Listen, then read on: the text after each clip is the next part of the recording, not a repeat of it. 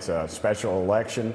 You've got weather coming into Tennessee, and we don't, we get a half inch of snow, and it's shut the schools and raid the stores of milk and bread. And President Trump is exactly right. This is an indicator. Look, this lady was educated in Knoxville, Tennessee, my hometown. We need to wake up at what's going on. It's not these people moving in from California or New York or Chicago even. It's our own homegrown Marxists that we're bringing up. We've got to start paying attention to our base and what the heck's going on. And Matt is one of the best candidates I've ever seen. And you're correct, it does go from north to south in Tennessee. I've been in over 50 counties in the last year, and I've been all over his district. I've been back 3 different times to help him. Look, he is an exceptional candidate, but President Reagan said it best. He said, we're one generation from losing the republic. Brother, we're 1 vote series away from losing the republic. We lose 3 votes. We've already got people leaving, talking of others leaving. This is the proverbial canary in the cave. If Matt Van Epps, a qualified candidate, a district that Trump won by over 15 points, can't carry this thing, we're in trouble. Republicans are asleep at the switch. We pay attention to presidents because President Trump is a great president. We should be paying attention to him. But when it gets down to the other races, we forget about it. We forget Congress. We forget the U.S. Senate. We forget our school boards, our mayors. What's up, ladies and gentlemen? The one and only James Williams, Dog Waters, and I'm back. And today we're going to get the first test of the power of the Donald Trump endorsement. And the reason why I say this is because Trump was dropping in the real polls. CNN was showing him high. All these polls were showing him high. But he was dropping in the real polls because of the mishandling, starting with Charlie Kirk and people not getting the revelation as to who and why Charlie Kirk was murdered. So you have a younger generation that has become perplexed with Donald Trump. Then you have the issue of Kash Patel, the issues of Pam Bondi, the issues of no one being arrested, and those issues are lurking, combined with the Israel issue where Israel came out talking about, this person's MAGA, that person's not MAGA, the infighting. All those things, in my opinion, have weighed down on the strength of the endorsement of Donald Trump. Now, there'll be people who say it hasn't. There are people who are optimistic. But the truth of the matter is, this election with this Aftyn Behn is the test, because Donald Trump has came out and given his endorsement to a candidate. So now we're going to see where the MAGA brand actually stands. People say MAGA is not dead, MAGA is not broken, blah, blah. Okay. Some of that stuff is emotion and feelings and people wanting to believe. Now we're going to find out. And this is why it's the test. And I'm hoping that the chastisement of Donald Trump is over from the Lord. But this is why it's a test. This woman is a horrific candidate. A horrific candidate. Crazy liberal white woman. And I'll say this, like I said 1,000 times, the greatest threat to the United States of America are woke liberal white women. They are the greatest threat. Now, I'm going to go ahead and say I'm not sure that this is a woman. I'm just not sure that this is a woman. The more I look at it, I'm not sure that this is a woman. I'm just not. I'm sorry. The things that it says, the smile, the masculine shoulders, the masculine jawbone, the demonic look, I'm not sure that this is a woman. I'm sorry, I'm not. But what I will say to you is this, and what's most important is we're about to find out where we stand, because this is a direct Donald Trump endorsement to try and out her. He even came out and attacked her and said, I don't support her because, she hates country music and she hates Nashville, Tennessee. So, and Trump asks his people to go out and vote in that area. So now we're going to see what the true value of the Donald Trump endorsement is. And if this thing wins, either by hook or crook, it's going to be a problem. It's going to be a massive, massive problem. And I'll say this. The polls are like 46 to 48 or 46 to 42. That's 80. The polls are close. Really, really close. When they shouldn't be really, really close. You add in a little bit of election fraud, you add in a couple of illegal aliens voting, we may have a major problem on our hands. But I wanted to bring this to your attention because this is a test of the Donald Trump endorsement. Now, what Donald should have did was he should have went and campaigned, got out to the public, campaigned with the person. He didn't do that. I'm hoping that we don't see this thing win. But there's a strong possibility that this thing may win. Tennessee Democrat Aftyn Behn is running in the special election for Congress, which is next week. She's been dubbed the AOC of Tennessee, and her district would include Nashville. I hate the city. I hate the bachelorettes. I hate the pedal taverns. I hate country music. I hate all of the things that make Nashville, apparently, an it city to the rest of the country, but I hate it. She hates the pedal taverns, but she's pedaling backwards. You see, she's now saying it's really just the tourists. As a Nashvilleian, I think we all get a little annoyed with the tourists that come to town, but that doesn't mean I love my city. In fact, instead of sitting on the sideline and complaining about it, I decided to run for office, and that's why I'm the state representative that represents downtown Nashville.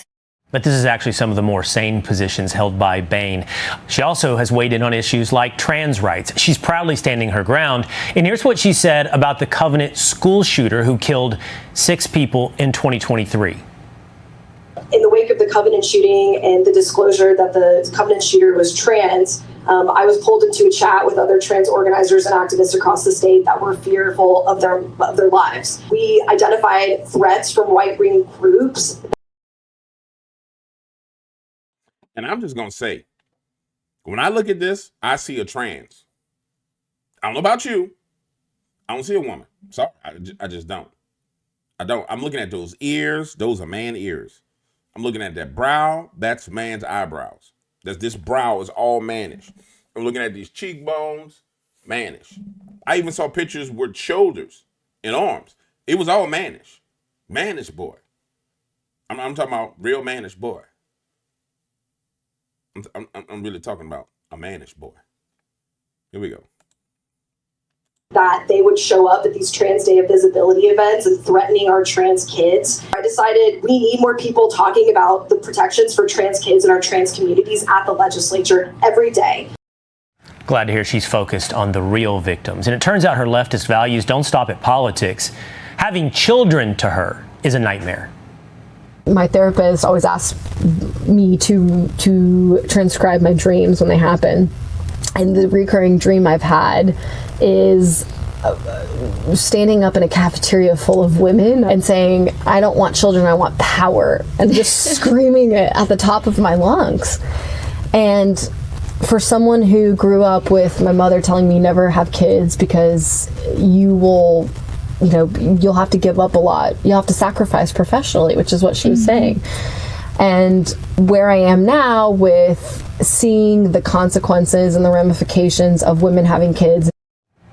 Aftyn Behn has also said that men can get pregnant and have children. So what would be fascinating now is to talk to Aftyn Behn's mother, who told her not to have children, or if I must say, perhaps the man who is her mother, who told her not to have children. Telling you something not right there. Something is not right with this. And why is this so important? Why out of all the things that we could be talking about, because there's stuff going on with Venezuela, there's Donald Trump going off about the Somalians, there's the Somalians all over the place complaining about Donald Trump came and the ICE came and they detained us, and we don't know why they did. I'll tell you why they detained your Somalian behind. Because it's time for you to pack up and go. It's time for you to be uncomfortable. You're too damn comfortable in this nation. You're too comfortable. But instead of me losing it, let me stay on point, because I lose it. I spaz out and go down a rabbit hole, because I'm a rabbit hole explorer. Yeah. I'm the black, not Dora, James the Explorer. And I go down the rabbit holes. I just don't have no little monkey with me. Because somebody be saying, cracking jokes, that's a little racist. Be like, what you got that little monkey with you? But anyway, here we go. The point I'm making is this. This is going to be a challenge of the power and strength of the Donald J. Trump endorsement. And the craziest thing is when I first looked at Twitter today, the Jewish stuff started kicking back up again. It was everywhere about people hating Jews, people need to defend Jews and this. And it's that thing right there was so divisive, so destructive, when it kicked off. The Ben Shapiro was so damn destructive. Him beefing out with, what's the young cat's name? That's been spazzing. I don't know. You know the young kid's name. The dude that's been on Alex Jones, the young dude. You know, that back and forth was so destructive because Donald Trump left things unsaid. It was, Tucker Carlson's not MAGA and this, and all these attacks, because Donald Trump was not saying anything about it. He left this space for everybody to participate. When he finally spoke up, it died down.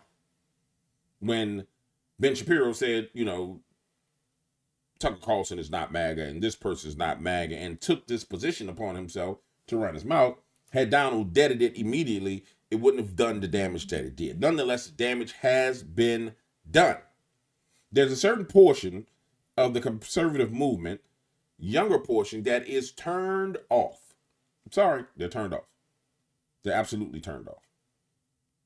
It's why you had that's why you had Alex Jones bring on the young man today. Hold on, let me go to Alex Jones' website so I can remember the guy's name. Well, hell, I didn't find it, dude. You guys know the guy's name, the little young kid that's running around talking reckless. But Tim Burchett says the exact same thing that I'm saying about people not voting. But this is where he's wrong. He says that people don't vote when Trump is not on the ballot. It's not necessarily that Trump is not on the ballot. It's that there's been damage because of Kash Patel, Pam Bondi, Dan Bongino, and people are disengaged. And I'll just bring you to remembrance.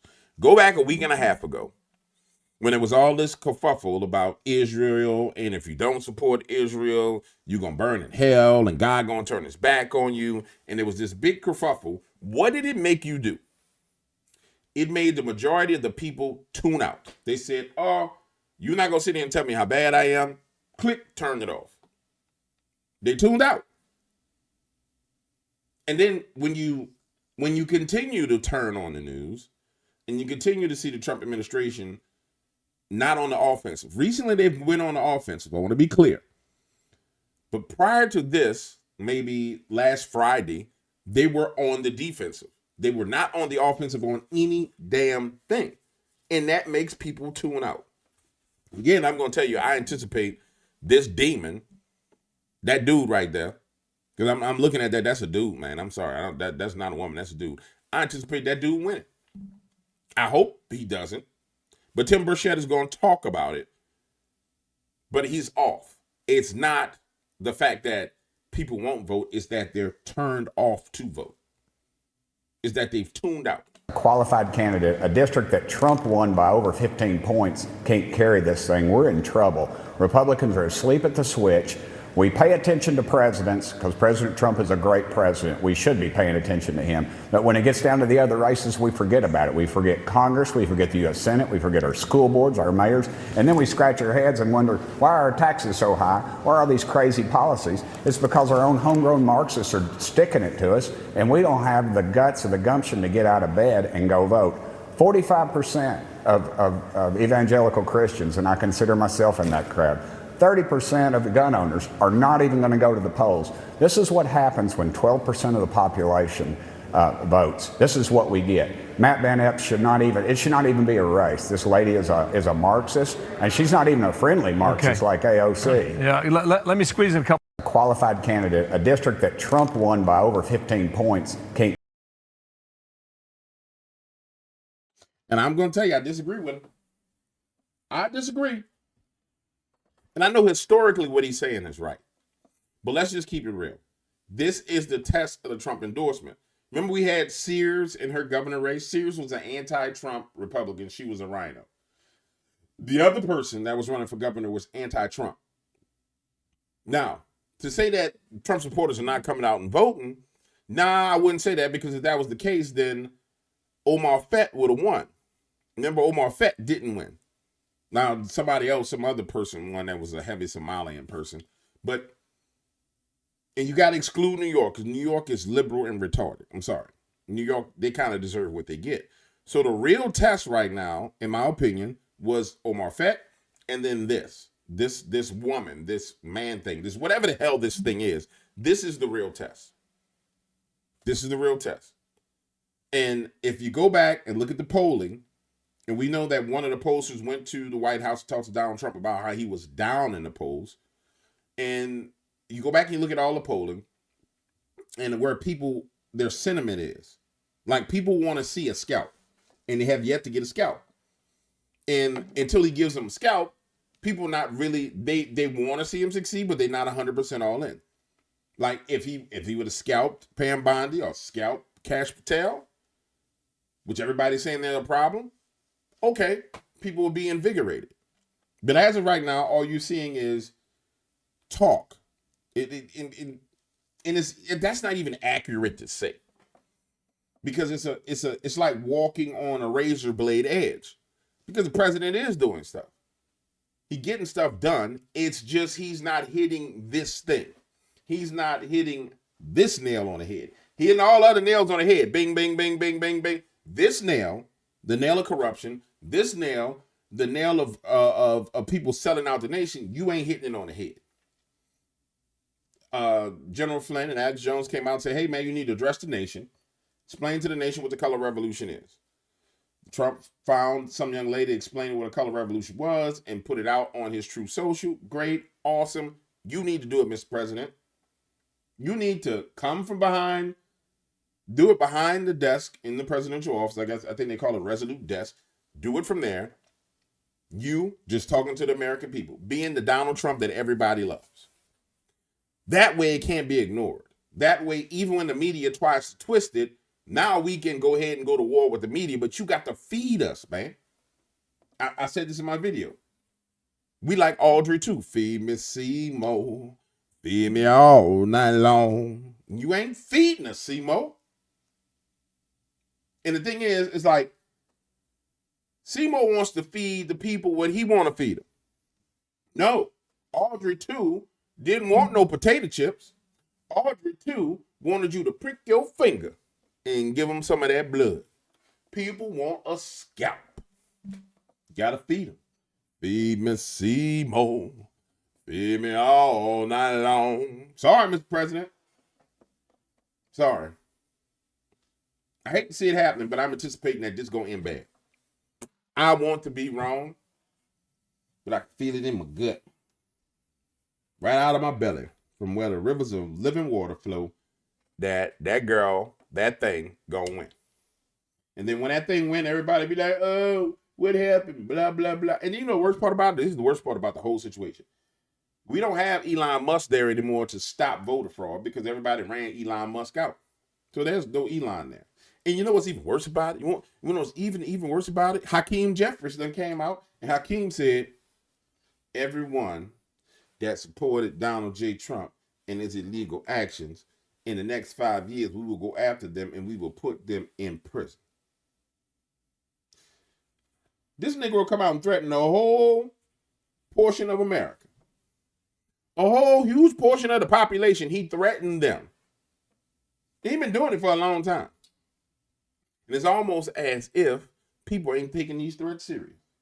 Because I'm going to tell you like this, that boy came out and told, and I was president, that boy came out and told me, when we get back in office, we going to do A, B, C, D, E, F, G. Ring.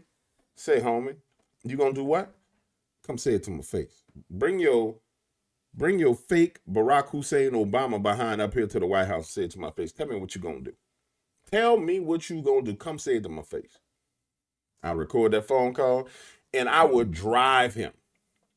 Like, remember the memes with the sombreros? No. I would have a whole team that target him and lambast him and drive him crazy. I would have a group of teenage meme makers that would never let off of him. He would be so offended, so upset, that he would continue to stumble and make a fool out of himself. That's what he was going through. It laid off, and so now he's recouping, and he's getting back to his, we're going to arrest everybody that had anything to do with the Donald Trump administration. This is what happens when you lay off your enemy. Here he is, Hakeem the Dream Jeffries, threatening everybody. The one thing that should be clear to all of these Republican extremists and sycophants and the people who are either actively involved in corruption, violating the law, engaged in extrajudicial activity, is that the statute of limitations for any crimes being committed now of 5 years. It will extend well beyond the end of the Trump administration. The one thing that should be clear to all of these Republican extremists. Y'all need to deal with it. Full on offensive. Full on smash mouth football needs to be played. And I'm sorry, we starting to play a little bit of smash mouth football. But hopefully I'm wrong. I want to be wrong. Polly Marcus is showing that there's no way that woman can win. Hopefully Polly Marcus is right and I'm 100% wrong. I would love to be wrong. I want Donald Trump's endorsement to have strength. I want to be wrong. Because I want the American people to be engaged and understand that no, we can't have no more endowments. And you gotta understand, being in Tennessee and getting the socialist, communist, man, woman, retard is a huge problem, ladies and gentlemen. So we'll see. I want to be wrong. Jesus, help me be wrong on this. Please, I want to be wrong. All right, ladies and gentlemen, I'll see y'all on the next video.